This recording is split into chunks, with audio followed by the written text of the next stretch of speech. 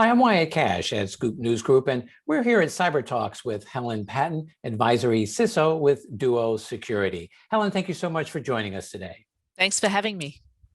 Well, let me start by asking, what does it mean to have a baseline level of cybersecurity in 2021 in light of what everybody's been through this past year?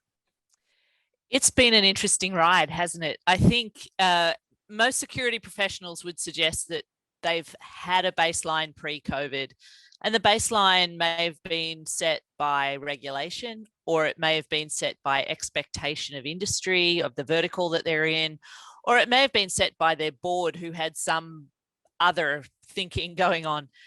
What COVID did was upend all of those assumptions. We saw industries sort of take a step back and realize that the way they'd been working wasn't working anymore. And so the security baseline had to change. We saw some regulators back away from some of their requirements to enable work from home. So I'm thinking of the healthcare sector and telemedicine, for example. The regulators were really twitchy about allowing telemedicine, and then they opened it up. So now the question is, as we think about returning to some ongoing sense of normal, now what happens? I think across all the verticals and across even the different technology stacks that people might be using, I think the expectation is that security is going to play a more critical role in a business, regardless of the business. And I think it's reasonable to expect regulators and just the general public are going to expect more out of us as well. So if compliance was the absolute minimum baseline before, you can expect that that's going to jump up. And I think just generally the ecosystem, the communities we're all working in, people are now looking at it, particularly as it relates to privacy and the security controls around privacy, but also in terms of availability. We've all been working from home where our local internet provider is just putted out and we've been left like wondering what to do. You know, we're going to have to think about availability risk, I think, as well as perhaps a new risen baseline to consider as well. Some great points there. Well, thinking about the stack, as you mentioned it, and data more specifically in that, how would you say the pandemic affected the way that organizations are now trying to secure their data more specifically? Yeah, I was thinking about this a little earlier. I'm not sure that it's changed the what of the strategy. I think the solutions that we have to manage remote work existed pre-COVID. I think questions and philosophies like zero trust, for example, very much lended itself to remote work, and that's been around for 2 decades now. I think what COVID really did was accelerate people's move to a different kind of security model. And frankly, security is following the technology stack. So as technology became more hybrid or remote capable, security had to as well. So I think you'll start to see things like zero trust just be much more aggressively understood and pursued by a lot of security people and regulators. I think there's also potentially a conversation to be had between IT and security around the role of network control. Now that people are working from anywhere, and even people who are working on-prem don't want to be subject to additional controls that people who aren't on-premise are subjected to.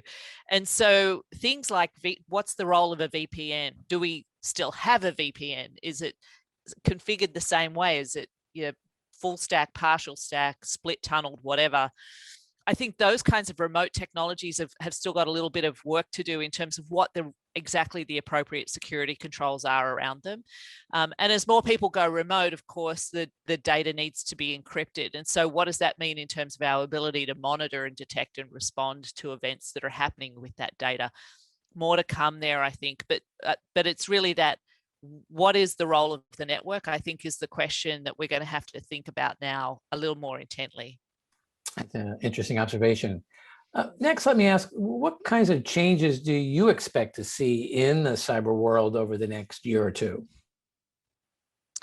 I do think there's going to be a tighter collaboration between privacy and security. I think we've always been partners in crime anyway. You can't have privacy without having confidentiality controls. And you can't have security actually without thinking about what appropriate use of data is and whether you've got too much data, too little, and why you're using it. So I think we've always been tied, but I think the relationship between the two teams are going to become much more tightly integrated. I think you'll see solutions that support security and privacy simultaneously, as opposed to two independent siloed solutions. So privacy is definitely one. I think the other thing you'll start to see more attention to, again, not that people weren't paying attention to it before, but I just think holistically, is around IoT and sensors and things like that. If for no other reason, then we'll have a much bigger proportion of people working from home. And there are a lot of really weirdly unprotected sensors that exist in the home environment. And so as a corporate security defender, you're going to have to think about what could be existing in the home that could be a potential threat vector that you didn't have to think about before.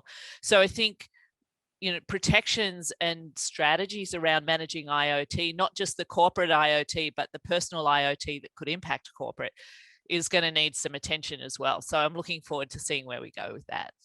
It's another interesting observation. Lastly, we're asking cybersecurity folks like yourself this last question. What's the biggest thing that you think most people still don't really appreciate or fully understand about cybersecurity? Yeah, so this is my soapbox moment. I think cybersecurity is not a tech problem. I think cybersecurity is a business problem that is caused by and also supported by tech. But in the same way that finance is supported by tech, or HR is supported by tech, or business operations that aren't inherently technology first, everything's supported by tech now. But we don't say, therefore, everything is a technology thing. Security, I think, used to be primarily considered a technology thing.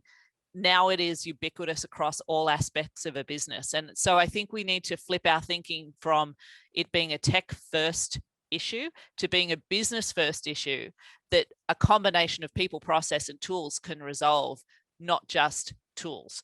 And I think, again, we're getting there, but I think we need to get there faster. And I certainly think our boards need to be thinking of it in those terms as well. I like how you frame that. Well, Helen Patton, thank you so much for taking time to join us here at CyberTalks and sharing some of your insights with our audience. Thanks for having me.